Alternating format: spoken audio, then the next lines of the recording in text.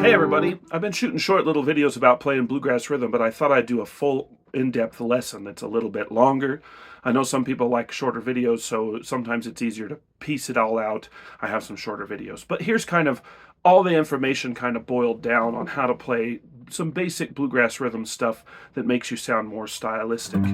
Okay, the chords that I usually use for bluegrass, a lot of times when people start, they learn a G chord that looks like this, or maybe they play it with these fingers. The first thing that you can do to kind of make yourself sound more bluegrassy is to play what we call a G5, which is a G chord with no third in it. So it's not major, it's not minor. It's a G note fretted with your middle finger at the low on the low E string at the 3rd fret. A D note with the open D. We mute the A string, so there's no note there. An open G string.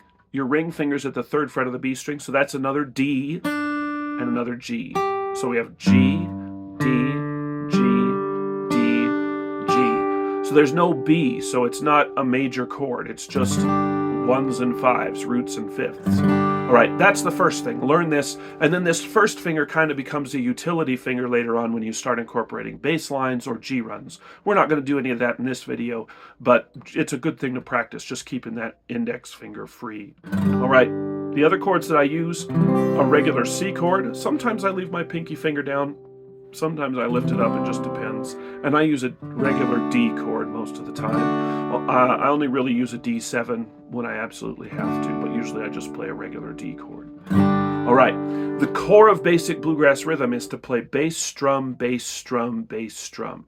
That's a great thing to do. A lot of times when people learn that, they maybe hear that they play a bass note and then strum all the strings of the guitar. Well, that doesn't really sound bad. It's not exactly the right thing to do.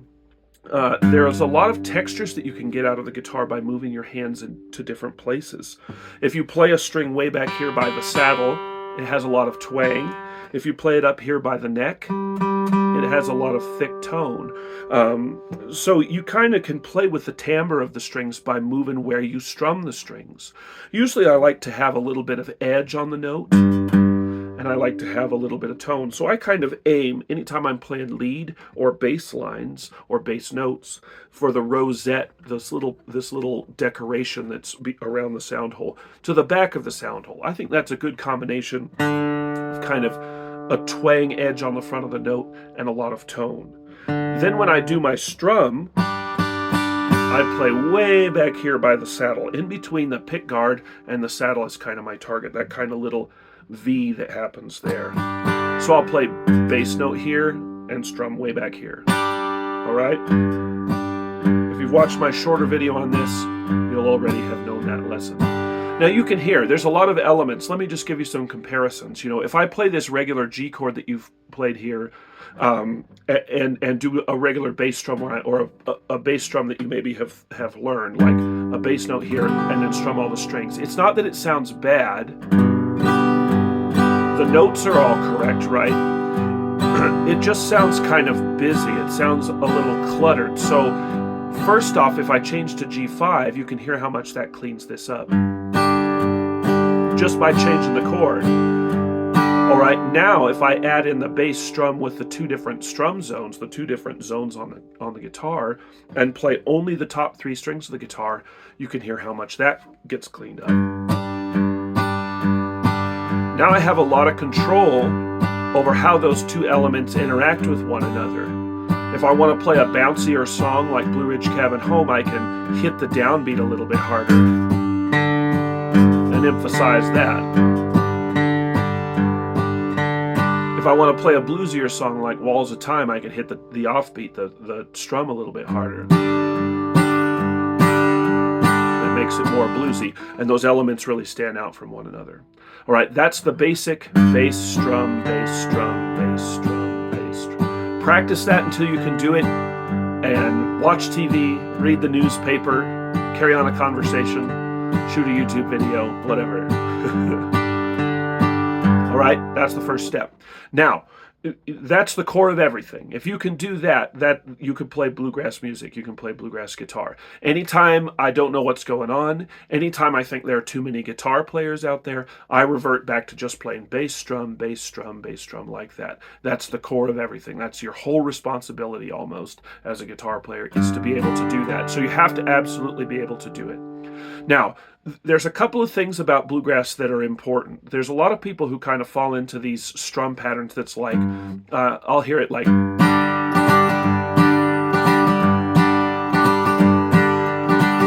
that strum pattern is incorrect. And one of the reasons for that is you can hear it doesn't have any drive because there's a big space where the other bass note should be. It interrupts the drive of the music. Now, drive doesn't necessarily mean that it's fast. It just means that the beat is interrupted, right? You can hear how there's always forward motion in this if I keep those bass notes going, versus if I change it to,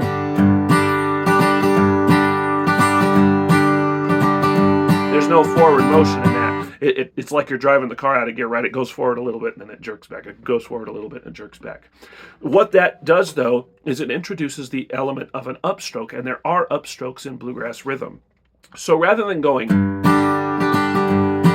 take this bass strum thing that you've learned, and you're going to incorporate an upstroke into the middle of all that. Now, this is hard, but I'm going to show it to you so you can practice it, okay? You're going to hit a bass string, and then you're going to do an upstroke on the B, the G, and the D string in the middle. Only those strings, and in the middle of the strum zone, you could see the location where I'm strumming it. Okay, bass, upstroke there, then your downstroke, same downstroke in the same place here in the V, and your upstroke again in the same place. So you're kind of doing this little back and forth thing.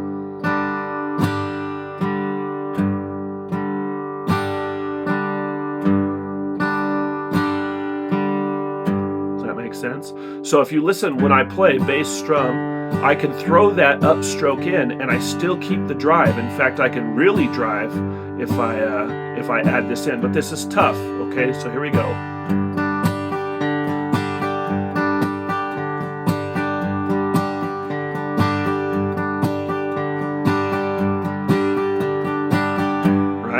So one of the challenges of this is when people are learning this bass, up, down, up, they kind of fall into this cowboy swagger thing. It's not that doesn't have drive either, right?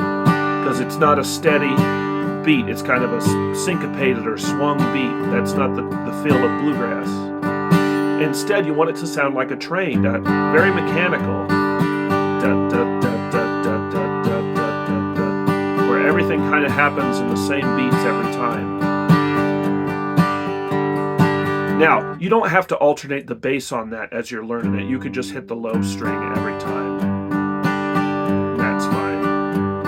But what you want to practice is being able to go from the bass strum into that down up strum without interruption. So listen to this. I'm going to go back and forth so you can hear it.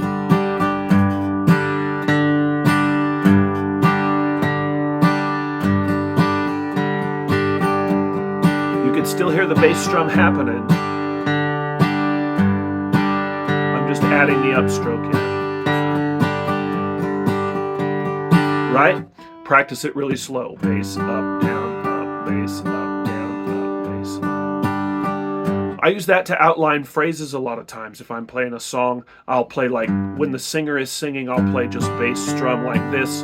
And then when there's a break in the singing, when there's just music happening, and the phrases you're kind of in between phrases, I'll do the big strum, something like well, I lost all my money but a $2 bill, $2 bill, boys, $2 bill. Lost all my money but a $2 bill. I'm on my long journey home. That makes sense. It just kind of helps frame out what's going on in the song and changes the energy in between the lines. When you're playing rhythm, you never want to be the feature of what's going on. You want the singer, the soloist to be featured. You're just laying the foundation for them to do whatever they're doing over the top of it. So any decision that I make as a rhythm guitar player is there to support whatever else is going on. That's the first step, though. If you can go bass strum, and switch back and forth to that down up thing, that adds a lot of body in between those phrases. I hardly ever play a full song going. Not to say that there aren't any where I could do that, there are sometimes situations where you might want to have a more rhythmic right hand. But generally, I opt for playing just bass strum, and I use that down up thing to kind of frame out the phrases, okay? That'll make you a pretty good rhythm guitar player just in general if you can get used to those skills. The other elements that you can then add on top of that, bass lines, other chords that you can play, other kinds of embellishments and decorations are good. Now, there are times when you might do some other rhythmic things with your right hand, but just as a general principle, these are the strums that you should use and work on to play good rhythm guitar in a bluegrass style. Most of the time we choose a G position and we'll capo in different places of a G position just because this voicing is the right sound for bluegrass. It's not that I couldn't play a song in A with an A chord.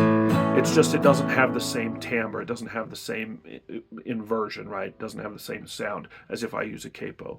It's good to be able to play all the chords on the guitar, but it's also, stylistically correct to use a capo. And that sort of comes down to anytime you're playing bluegrass, there are a lot of different ways to play different chords on the guitar, but making decisions that sound bluegrass, that sound like the style of music that you're playing. I wouldn't sit down and play jazz with this kind of technique. I would change my technique because jazz requires a different thing of a guitar player or of a musician than bluegrass does.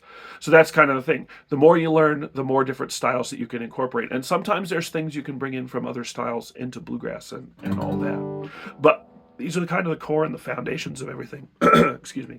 Kind of the core and foundations of everything. If you feel like you can get a hold of that, then I'll shoot a video of bass lines and other embellishments that I'll post next week. And yeah, hopefully that helps. That kind of lays all those foundations and puts them in one concise video for all of you. Good luck. If you have any questions, post them in the comments. And like and subscribe if you haven't already. There's going to be more lesson content coming. So, thanks a lot. Bye.